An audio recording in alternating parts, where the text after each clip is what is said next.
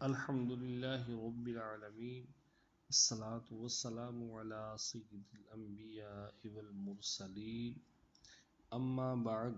فاعوذ باللہ من الشیطان الرجیم بسم اللہ الرحمن الرحیم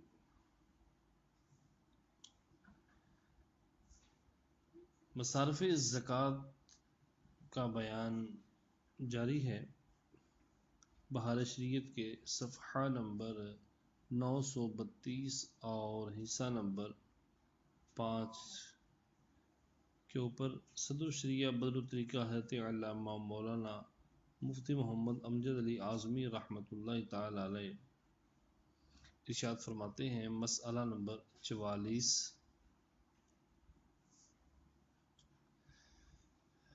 جن لوگوں کی نسبت یہ بیان کیا گیا کہ انہیں زکوٰۃ دے سکتے ہیں، ان سب کا فقیر ہونا شرط ہے، سوائے عامل کے جو زکوٰۃ وصول کرتا ہے کہ اس کے لیے فقیر ہونا شرط نہیں، اور ابن السبیل اگرچہ غنی ہو اس وقت حکم فقیر میں ہے، یعنی فقیر کے حکم میں ہے۔ باقی کسی کو جو فقیر نہ ہو زکوٰۃ نہیں دے سکتے۔ مسئلہ نمبر 45، جو شخص مرض الموت میں ہے، اس نے زکوٰۃ اپنے بھائی کو دی اور یہ بھائی اس کا وارث ہے، تو زکوٰۃ عند اللہ ادا ہو گئی، مگر باقی وارثوں کو اختیار ہے کہ اس سے اس زکوٰۃ کو واپس لے کہ یہ وصیت کے حکم میں ہے، اور وارث کے لیے بغیر اجازت دیگر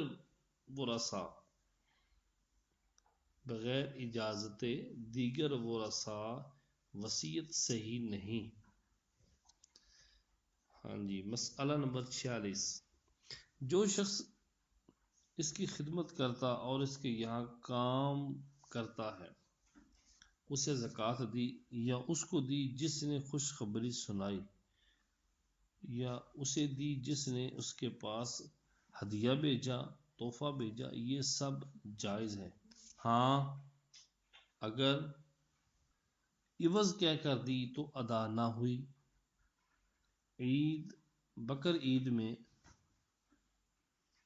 خدام مرد و عورت کو عیدی کہہ کر دی تو زکوٰۃ ادا ہو گئی۔ مسئلہ نمبر 47، جس نے تحری کی یعنی سوچا اور دل میں یہ بات جمی کہ اس کو زکوٰۃ دے سکتے ہیں اور زکوٰۃ دے دی، بعد میں ظاہر ہوا کہ وہ مصرف زکوٰۃ ہے یا کچھ حال نہ کھلا تو زکوٰۃ ادا ہو گئی، اور اگر بعد میں معلوم ہوا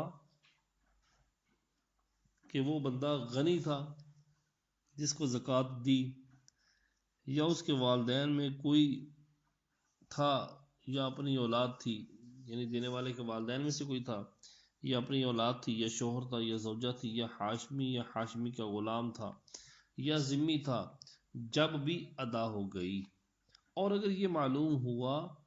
کہ اس کا غلام تھا یا حربی کافر تو ادا نہ ہوئی، اب پھر زکوٰۃ دے، اور یہ بھی تحری ہی کے حکم میں ہے کہ اس نے سوال کیا، اس نے اسے غنی نہ جان کر دے دیا، یا وہ فقیروں کی جماعت میں انہی کی وضع میں تھا اسے دے دیا۔ مسئلہ نمبر 48، اگر بے سوچے سمجھے دے دی، یعنی یہ خیال بھی نہ آیا کہ اسے دے سکتے ہیں یا نہیں، اور بعد میں معلوم ہوا کہ اسے نہیں دے سکتے تھے، تو زکوٰۃ ادا نہ ہوئی ورنہ ہو گئی۔ اور اگر دیتے وقت شک تھا اور تحری نہ کی، یا کی مگر کسی طرف دل نہ جمایا، کسی طرف دل جمع ہی نہیں، یا تحری کی اور غالب گمان یہ ہوا کہ یہ زکوٰۃ کا مصرف نہیں اور دے دیا، تو ان سب صورتوں میں ادا نہ ہوئی، مگر جب کہ دینے کے بعد یہ ظاہر ہوا کہ واقعی وہ مصرف زکوٰۃ تھا تو زکوٰۃ ادا ہو گئی۔ مسئلہ نمبر 49، زکوٰۃ وغیرہ صدقات میں افضل یہ ہے کہ اولاً اپنے بھائیوں بہنوں کو دے، پھر ان کی اولاد کو، پھر چچا اور پھوپھیوں کو، اور پھر ان کی اولاد کو، پھر ماموں اور خالہ کو، پھر ان کی اولاد کو، پھر ذوی الارحام یعنی رشتہ دار کو، پھر پڑوسیوں کو، پھر اپنے پیشہ والوں کو، پھر اپنے شہر یا گاؤں کے رہنے والوں کو۔ حدیث میں ہے کہ نبی کریم صلی اللہ تعالی علیہ وآلہ وسلم نے فرمایا، اے امت محمد صلی اللہ علیہ وآلہ وسلم، قسم ہے اس کی جس نے مجھے حق کے ساتھ بھیجا، اللہ تعالیٰ اس شخص کے صدقہ کو قبول نہیں فرماتا جس کے رشتہ دار اس کے سلوک کرنے کے محتاج ہوں اور یہ غیروں کو دے۔ قسم ہے اس کی جس کے دست قدرت میں میری جان ہے، اللہ تعالیٰ اس کی طرف قیامت کے دن نظر نہ فرمائے گا۔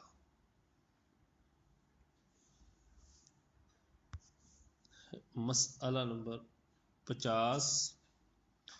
دوسرے شہر کو زکوٰۃ بھیجنا مکروہ ہے مگر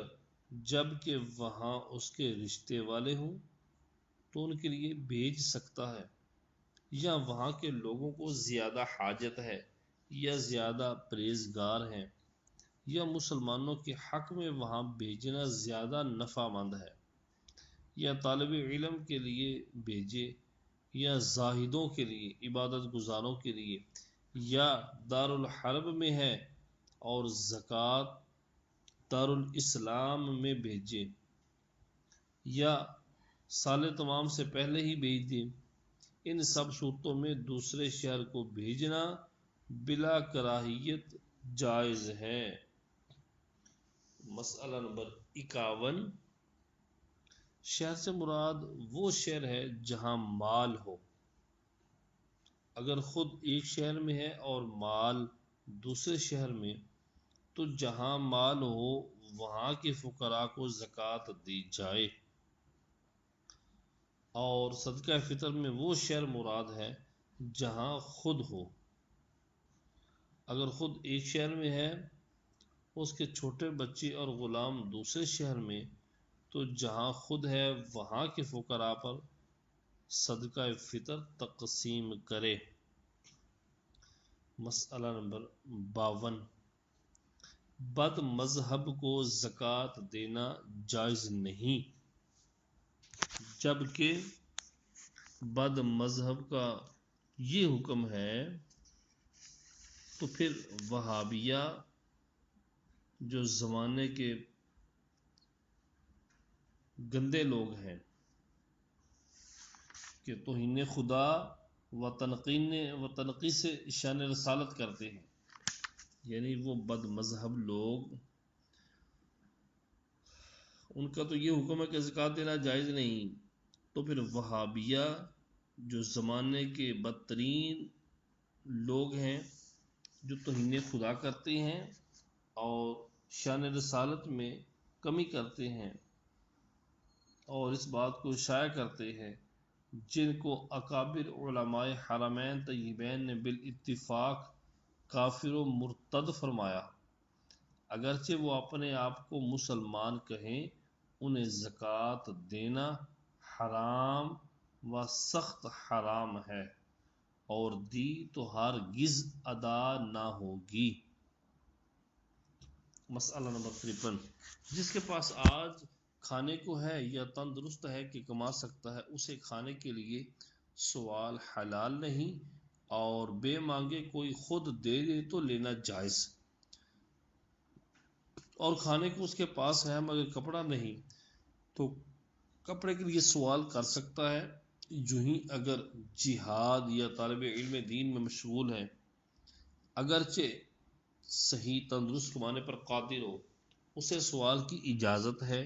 جسے سوال جائز نہیں اس کے سوال پر دینا بھی ناجائز،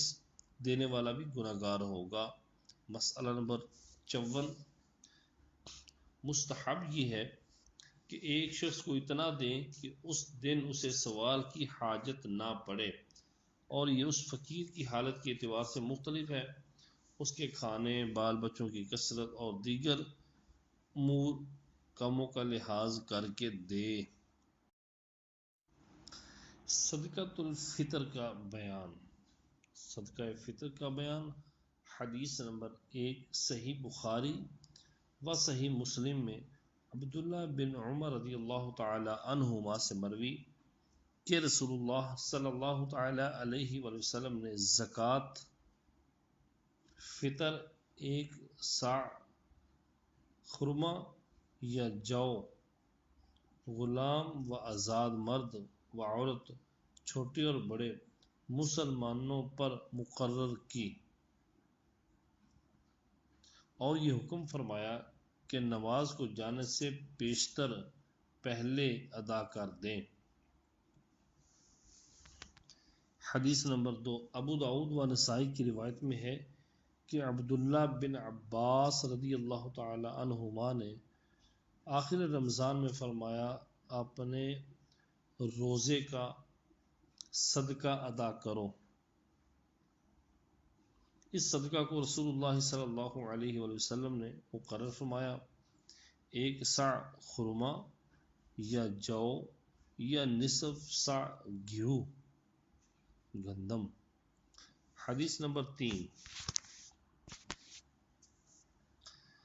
ترمذی شریف میں روایت عمر بن شعیب عن ابیہ عن جدہ مروی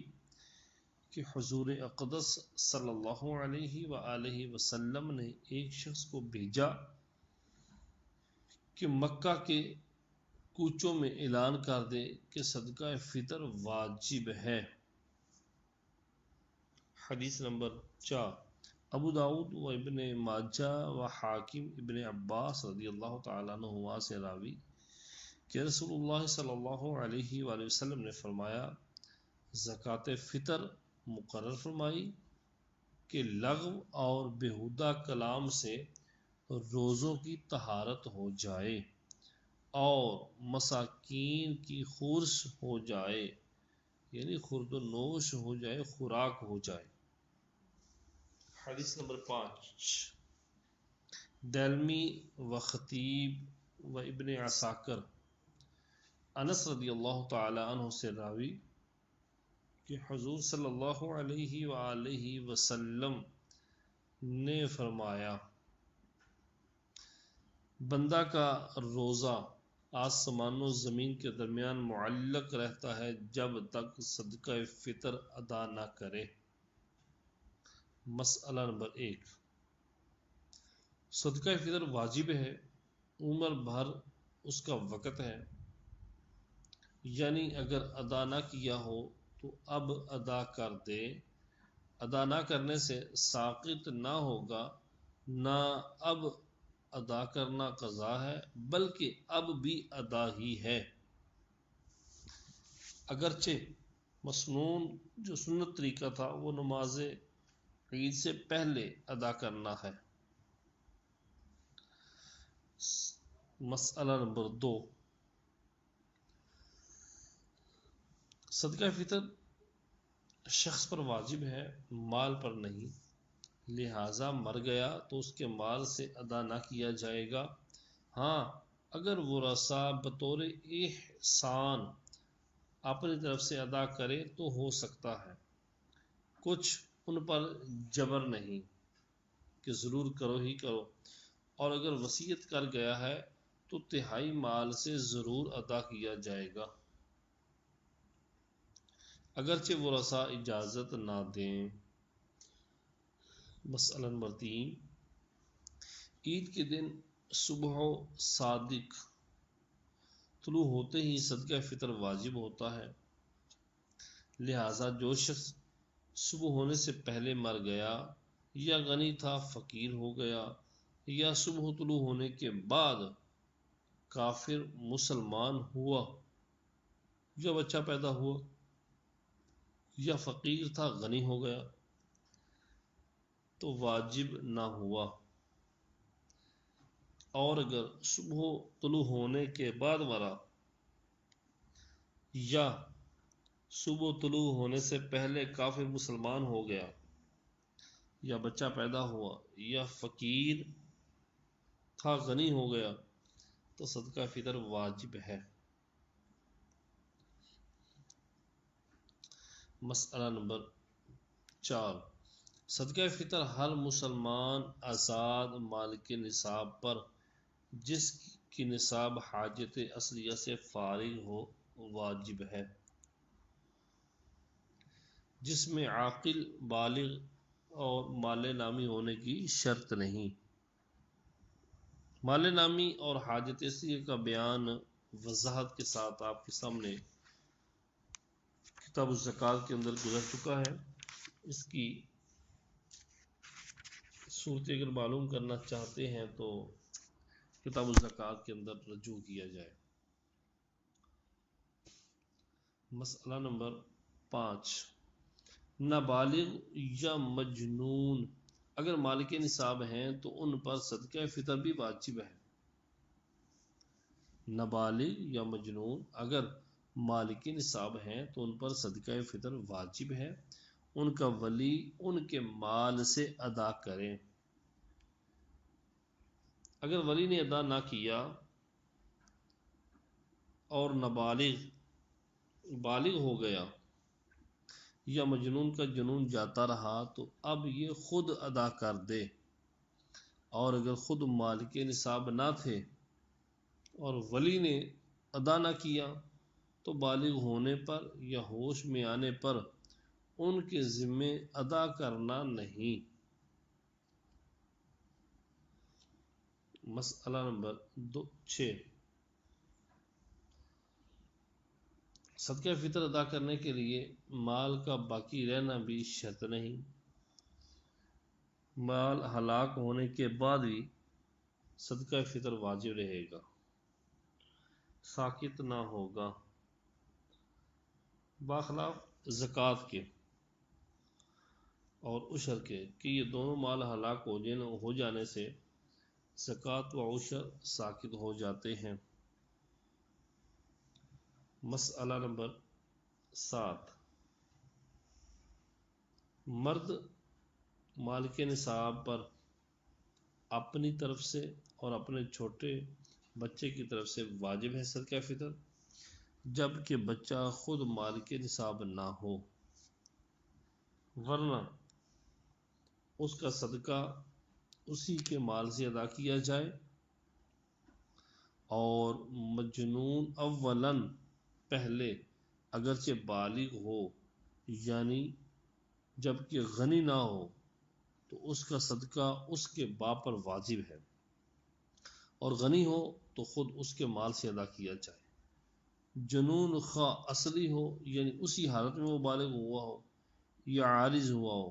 یعنی بالغ ہونے کے بعد جنون آیا ہو، دونوں کا ایک ہی حکم ہے۔ مسئلہ نمبر 8،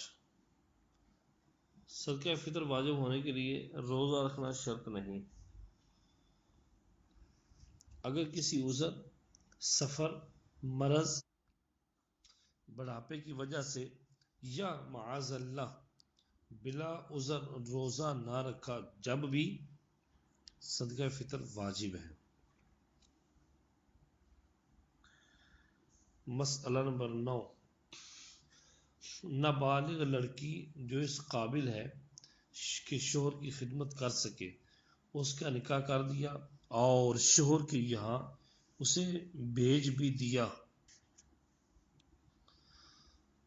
تو کسی پر اس کی طرف سے صدقہ فطر واجب نہیں، نہ شوہر پر نہ باپ پر، اور اگر قابل خدمت نہیں، وہ بچی اگر قابل خدمت نہیں یا شوہر کے یہاں اسے بھیجا نہیں تو بدستور باپ پر صدقہ فطر واجب ہے۔ پھر یہ سب اس وقت ہے کہ لڑکی خود مالک نصاب نہ ہو، ورنہ بہرحال اس کا صدقہ فطر اس کے مال سے ادا کیا جائے گا۔ مسئلہ نمبر 10، باپ نہ ہو تو دادا باپ کی جگہ ہے، یعنی اپنے فقیر و یتیم پوتے پوتی کی طرف سے اس پر صدقہ فطر دینا واجب ہے۔ نمبر 11، ماں پر اپنے چھوٹے بچوں کی طرف سے صدقہ فطر واجب نہیں۔ مسئلہ نمبر 12، خدمت کے غلام اور مدبر غلام وہ میں ولد کی طرف سے ان کے مالک پر صدقہ فطر واجب ہے، اگرچہ غلام مدیون ہو، قرضے میں ڈوبا ہوا ہو، اگرچہ دین میں مستغرق ہو، اور اگر غلام گروی رکھوایا ہوا ہے، غلام گروی رکھوایا ہوا ہے اور مالک کے پاس حاجت اصلیہ کے سوا اتنا ہو کہ دین ادا کر دے اور پھر نصاب کا مالک رہے تو مالک پر اس کی طرف سے بھی صدقہ فطر واجب ہے۔ گروی رکھوایا یعنی اگر مالک نے کسی کے پیسے دینے ہوں اور اس کے پاس موجود نہ ہو تو اپنا غلام اس کے حوالے کر دے کہ جب تک آپ کو پیسے ادا نہیں کرتا یہ میرا غلام آپ کے پاس رہے گا، اس کو کہتے ہیں گروی رکھوانا۔ مسئلہ نمبر 13، تجارت کے غلام کا فطرہ مالک پر واجب نہیں، اگرچہ اس کی قیمت بقدر نصاب نہ ہو۔ مسئلہ نمبر 14، غلام عاریتاً دے دیا یعنی ادھار دے دیا یا کسی کے پاس امانتاً رکھا تو مالک پر فطرہ واجب ہے، اور اگر یہ وصیت کر گیا کہ یہ غلام فلاں کا کام کرے اور میرے بعد اس کا مالک فلاں ہے تو فطرہ مالک پر ہے، اس پر نہیں جس کے قبضہ میں ہے۔ مسئلہ نمبر 15، بھاگا ہوا غلام اور وہ کہ جسے حربیوں نے قید کر لیا ان کی طرف سے صدقہ مالک پر نہیں، یوں ہی اگر کسی نے غصب کر لیا اور غاصب انکار کرتا ہے اور اس کے پاس گواہ نہیں تو اس کا فطرہ بھی واجب نہیں، مگر جب کہ واپس مل جائیں تو اب ان کی طرف سے سال ہا گزشتہ یعنی جتنے سال گزرے ہیں ان کا فطرہ دے، مگر حربی اگر غلام کے مالک ہو گئے، اگر حربی مگر جو حربی ہے اگر غلام کے مالک ہو گئے تو واپسی کے بعد بھی اس کا فطرہ نہیں۔ مسئلہ نمبر 16، مکاتب کا فطرہ نہ مکاتب پر ہے نہ اس کے مالک پر، یوں ہی مکاتب اور معزون کے غلام کا، مکاتب اور معزون کے جو غلام ہیں ان کا اور مکاتب اگر بدلے کتابت ادا کرنے سے عاجز آیا تو مالک پر سالہائے گزشتہ کا فطرہ نہیں، پچھلے سالوں کا فطرہ نہیں۔ مسئلہ نمبر 17، دو یا چند شخصوں میں غلام مشترک ہے، دو بندے یا چند بندے غلام میں شریک ہیں تو اس کا فطرہ کسی پر نہیں۔ مسئلہ نمبر 18، غلام بیچ ڈالا اور بائع یا مشتری، بیچنے والا یا خریدنے والا یا دونوں نے واپسی کا اختیار رکھا، عید الفطر آ گئی اور میعاد جو اختیار والی ہے اختیار والی میعاد مدت ختم نہ ہوئی تو اس کا فطرہ موقوف ہے، موقوف رہے گا، رکا رہے گا۔ اگر بیع قائم رہی تو مشتری دے، اگر بیع قائم رہی تو مشتری دے خریدنے والا، اگر قائم نہ رہی تو پھر بائع ادا کرے۔ مسئلہ نمبر 19، اگر مشتری نے خیار عیب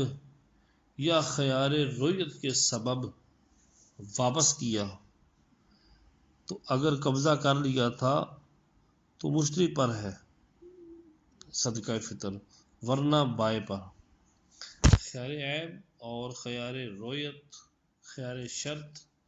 یہ انشاءاللہ العزیز اس کی وضاحت جو ہے وہ ان قریب آئے گی آگے۔ مسئلہ نمبر 20، غلام کو بیچا مگر وہ بیع فاسد ہوئی اور مشتری نے قبضہ کر کے واپس کر دیا، یا عید کے بعد قبضہ کر کے آزاد کر دیا تو بائع پر ہے صدقہ فطر۔ اور اگر عید سے پہلے قبضہ کیا، اور اگر عید سے پہلے قبضہ کیا اور بعد عید آزاد کیا تو مشتری پر ہے۔ نمبر 21، مالک نے غلام سے کہا جب عید کا دن آئے تو آزاد ہے، عید کے دن غلام آزاد ہو جائے گا اور مالک پر اس کا صدقہ فطر واجب ہے۔ نمبر 22، اپنی عورت اور اولاد عاقل بالغ کا فطرہ اس کے ذمہ نہیں، اپنی عورت کا اور اولاد عاقل بالغ کا فطرہ اس کے ذمہ نہیں، اگرچہ اپاہج ہو، اگرچہ اپاہج ہو، اگرچہ اس کے نفقات اس کے ذمہ ہوں۔ مسئلہ نمبر 23، عورت یا بالغ اولاد کا فطرہ ان کے بغیر اذن ادا کر دیا، بغیر اجازت اگر ادا کر دیا تو ادا ہو گیا، بشرط یہ کہ اولاد اس کے عیال میں ہو، یعنی اس کا نفقہ وغیرہ اس بندے کے ذمہ ہو، ورنہ اولاد کی طرف سے بغیر اجازت کے ادا نہ ہوگا۔ اور عورت نے اگر شوہر کا فطرہ بغیر حکم اس کے ادا کر دیا، ادا نہ ہوا۔ نمبر 24، ماں باپ، دادا دادی، نابالغ بھائی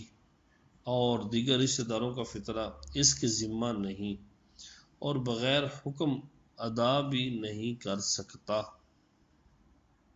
مسئلہ نمبر 25، صدقہ فطر کی مقدار یہ ہے کہ گیہوں یا اس کا آٹا یا ستو نصف سا، کھجور یا منقع یا جو یا اس کا آٹا یا ستو 1 سا، یہ صدقۃ الفطر کی مقدار ہے۔ مسئلہ نمبر 26، گیہوں، جو، کھجوریں منقع دیے جائیں تو ان کی قیمت کا اعتبار نہیں، مثلا نصف سا عمدہ جو جن کی قیمت 1 سا جو کے برابر ہے، یا چہارم سا کھرے گیہوں جو قیمت میں آدھے سا گیہوں کے برابر ہے، یا نصف سا کھجوریں دیں جو 1 سا جو یا نصف سا گیہوں کی قیمت کی ہوں، یہ سب ناجائز ہے، جائز نہیں، جتنا دیا اتنا ہی ادا ہوا، باقی اس کے ذمہ باقی ہے وہ ادا کرے۔ مسئلہ نمبر 27، نصف سا جو اور چہارم سا گیہوں دیے، نصف سا جو دیے اور چہارم سا گیہوں دیے، یا نصف سا جو اور نصف سا کھجور تو بھی جائز ہے۔ مسئلہ نمبر 28، گیہوں اور جو ملے ہوں اور گیہوں زیادہ ہیں تو نصف سا دے ورنہ 1 سا، مسئلہ نمبر 29، گیہوں اور جو کے دینے سے ان کا آٹا دینا افضل ہے، اور اس سے افضل یہ کہ قیمت دے دے، ہاں گیہوں کی قیمت دے دے یا جو کی دے دے یا کھجور کی، مگر گرانی میں خود ان کا دینا قیمت دینے سے افضل ہے۔ مشکل وقت میں ہو آٹا وغیرہ دے دے تو یہ قیمت دینے سے بھی افضل ہے۔ اگر خراب گیہوں یا جو کی قیمت دی تو اچھے کی قیمت سے جو کمی پڑے وہ بندہ پوری کرے۔ مسئلہ نمبر 30، ان 4 چیزوں کے علاوہ اگر کسی دوسری چیز سے فطرہ ادا کرنا چاہیے، ان کے علاوہ اگر فطرہ ادا کرنا چاہے 4 چیزوں سے ہٹ کر، مثلا چاول، جوار، باجرہ یا اور کوئی غلہ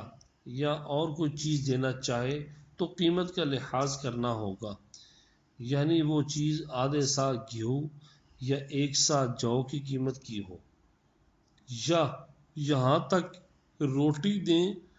تو اس میں بھی قیمت کا لحاظ کیا جائے اگرچہ گیہوں یا جو کی ہو۔ مسئلہ نمبر 31، اعلیٰ درجے کی تحقیق اور احتیاط یہ ہے کہ سا کا وزن 351 روپے بھر ہے اور نصف سا 175 روپے 98 بھر اوپر ادا کرے۔